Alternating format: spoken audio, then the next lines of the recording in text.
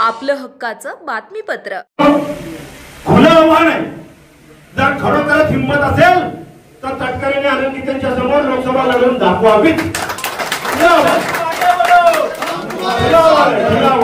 त्यांनी खरोखर हिंमत करून दाखवावी. काय त्यांची अवस्था होते ते बघा.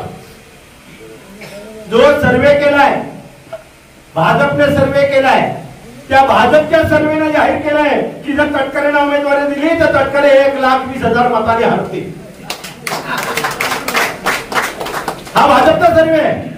आणि म्हणून मग ते सांगतायत अरे ही हरवायला कशाला सीट द्यायची, ही सीट हरायला काय द्यायची.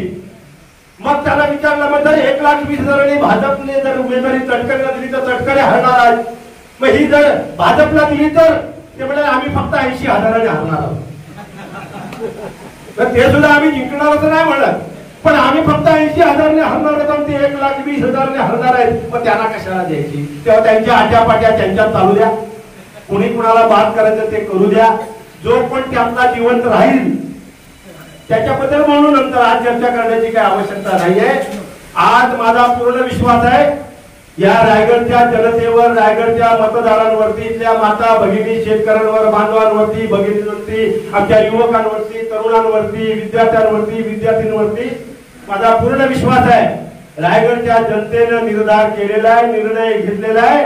रायगड लोकसभा मतदारसंघाचे खासदार हे आनंद गीतेच होणार आहे. हा निर्धार रायगडच्या जनतेने घेतलेला आहे. आपल्या जिल्ह्यातील बातम्या पाहण्यासाठी आमचं मेट्रो महाराष्ट्र न्यूज चॅनलला सबस्क्राईब करा आणि बेल आयकॉन प्रेस करा. तसेच आपण आम्हाला फेसबुक तसेच वेब पोर्टलवर फॉलो करू शकता.